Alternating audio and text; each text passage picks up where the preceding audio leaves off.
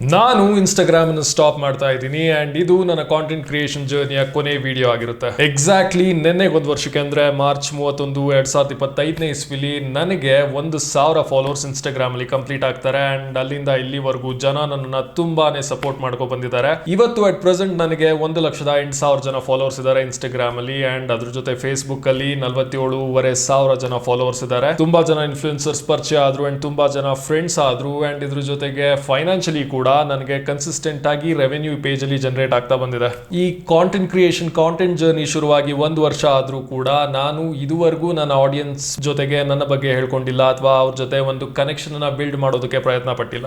So ಇವತ್ತು ನನ್ನ ಬಗ್ಗೆ ಒಂದು ಸಣ್ಣದಾಗಿ ಪರಿಚಯ ಮಾಡ್ಕೊಳ್ಳೋದಕ್ಕೆ ಇಷ್ಟಪಡ್ತೀನಿ. ಲಾಸ್ಟ್ ಇಯರ್ ಈ ಟೈಮ್ ಅಲ್ಲಿ ಕಾಂಟೆಂಟ್ ಕ್ರಿಯೇಷನ್ ಶುರು ಮಾಡಿದಾಗ ನಾನು ಏನ್ ಮಾಡ್ತಿದ್ದೆ ಅಂತ ಗೊತ್ತಾ? ಹೋದ ವರ್ಷ ಈ ಟೈಮ್ ಅಲ್ಲಿ ಎಕ್ಸಾಕ್ಟ್ ಆಗಿ ನಾನು ಕೆಲಸ ಬಿಟ್ಟು 1.5 ವರ್ಷ ಆಗಿತ್ತು ಅಂಡ್ ಅದು ಕಾಂಟೆಂಟ್ ಕ್ರಿಯೇಷನ್ ಮಾಡಬೇಕು ಅಂತಾನೆ ಕೆಲಸ ಬಿಟ್ಟಿದ್ದು. ಬಟ್ 1.5 ವರ್ಷ ಏನು ಕೂಡ ವರ್ಕೌಟ್ ಆಗಿರ್ಲಿಲ್ಲ. ಆ 1.5 ವರ್ಷ ನಾನು ಏನು ಮಾಡ್ತಿರ್ಲಿಲ್ಲ ಅಂಡ್ ಕೈಯಲ್ಲಿ 1 ಪೈಸಾ ದುಡ್ಡು ಇರ್ಲಿಲ್ಲ. ಒಂಥರ ಮೆಂಟಲಿ ಡಿಪ್ರೆಸ್ಡ್ ಆಗಿ ಹೋಗಿದ್ದೆ.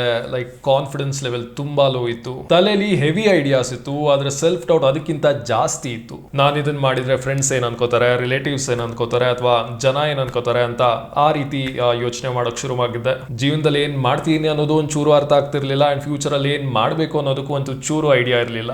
ಆ 1.5 ವರ್ಷದಲ್ಲಿ ಯೂಟ್ಯೂಬ್ ಹೇಗ್ ವರ್ಕ್ ಆಗುತ್ತೆ, ಏನ್ ವರ್ಕ್ ಆಗುತ್ತೆ, ಏನ್ ಓಡುತ್ತೆ, ಏನ್ ಓಡಲ್ಲ, ಅದರ ಹಾಳ ಅಗಲ ಇವೆಲ್ಲವನ್ನ ತುಂಬಾ ಚೆನ್ನಾಗಿ ಅರ್ಥ ಮಾಡ್ಕೊಂಡಿದ್ದೆ. ತುಂಬಾ ರಿಸರ್ಚ್ ಮಾಡಿದ್ದೆ, ತುಂಬಾ ಪಾಡ್ಕಾಸ್ಟ್ ಗಳನ್ನ ನೋಡಿದ್ದೆ ಅಂಡ್ ಆ ಟೈಮ್ ಅಲ್ಲಿ ನಾನು ಕೆಲವು ಕ್ರಿಯೇಟರ್ ಗಳ Q&A ವಿಡಿಯೋಗಳನ್ನು ನೋಡ್ತಿದ್ದೆ ಅಂಡ್ ಪ್ರತಿ ಕ್ರಿಯೇಟರ್ ನ Q&A ವಿಡಿಯೋದಲ್ಲಿ one of the most common question ಅಂದ್ರೆ, ನೀವು ಯೂಟ್ಯೂಬ್ ಇಂದ ಎಷ್ಟು ದುಡ್ಡು ಸಂಪಾದನೆ ಮಾಡ್ತೀರಿ, ನಿಮ್ಮ ಯೂಟ್ಯೂಬ್ ಆದಾಯ ಎಷ್ಟು? ಸೊ ಅವಾಗ ನನ್ಗೆ ಬಂದಿದ್ದ ಐಡಿಯಾನೆ, ಈ ಕ್ರಿಯೇಟರ್ ನ ಯೂಟ್ಯೂಬ್ ಆದಾಯ ಎಷ್ಟು, ಆ ಕ್ರಿಯೇಟರ್ ನ ಯೂಟ್ಯೂಬ್ ಆದಾಯ ಎಷ್ಟು, ಅವ್ರದೆಷ್ಟು, ಇವ್ರದೆಷ್ಟು.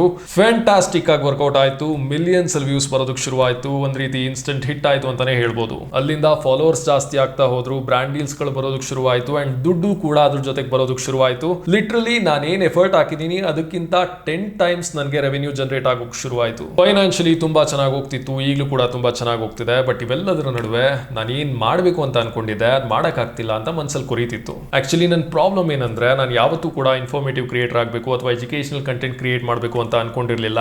ನನ್ನ ಐಡಿಯಾಸೇ ಕಂಪ್ಲೀಟ್ ಆಗಿ ಬೇರೆ ಇತ್ತು. ಬಟ್ ವಿಧಿ ಇಲ್ಲದೆ ಇದನ್ನ ಚೂಸ್ ಮಾಡ್ಕೋಬೇಕಾಗಿ ಬಂತು. ಬಿಕಾಸ್ ಇದು ನನಗೆ ತುಂಬಾ ಚೆನ್ನಾಗಿ ವರ್ಕೌಟ್ ಆಗುತ್ತೆ. ನನ್ಗೆ ಯಾವಾಗ್ಲೂ ಇದನ್ನು ಒಂದು ಆಸೆ ಏನಂದ್ರೆ, ನಾನು ಒಂದು ದೊಡ್ಡ ಪರ್ಸನಲ್ ಬ್ರಾಂಡ್ ಆಗಿ ಬೆಳಿಬೇಕು ಅಂತ.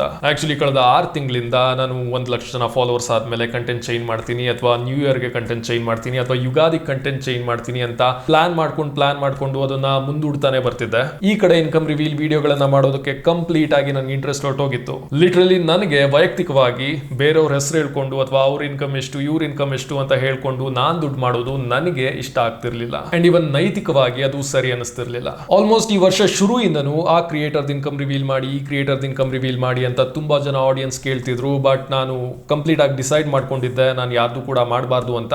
ಅಂಡ್ ಐ ಶೋ ಸ್ಪೀಡ್ ಅವ್ರದ್ದು ಬಿಟ್ರೆ ಇನ್ ಯಾರ್ದು ಕೂಡ ಇನ್ಕಮ್ ರಿವೀಲ್ ನಾನು ಈ ವರ್ಷ ಮಾಡಿಲ್ಲ. ಸೊ ಈ ರೀಲ್ ನ ಮಾಡ್ತಿರೋ ಉದ್ದೇಶ ಇಷ್ಟೇ. ನಾನು ಇನ್ಕಮ್ ರಿವೀಲ್ ವಿಡಿಯೋಗಳನ್ನ ಕಂಪ್ಲೀಟ್ ಆಗಿ ಸ್ಟಾಪ್ ಮಾಡಿದೀನಿ ಅಂಡ್ ಹೊಸ ಫಾರ್ಮ್ಯಾಟ್ ಅಲ್ಲಿ ಹೊಸ ಸೀರೀಸ್ ಅನ್ನ ಶುರು ಮಾಡಬೇಕು ಅಂತ ಡಿಸೈಡ್ ಮಾಡ್ಕೊಂಡಿದ್ದೀನಿ. It is going to be informative but at the same time I am going to build a personal brand.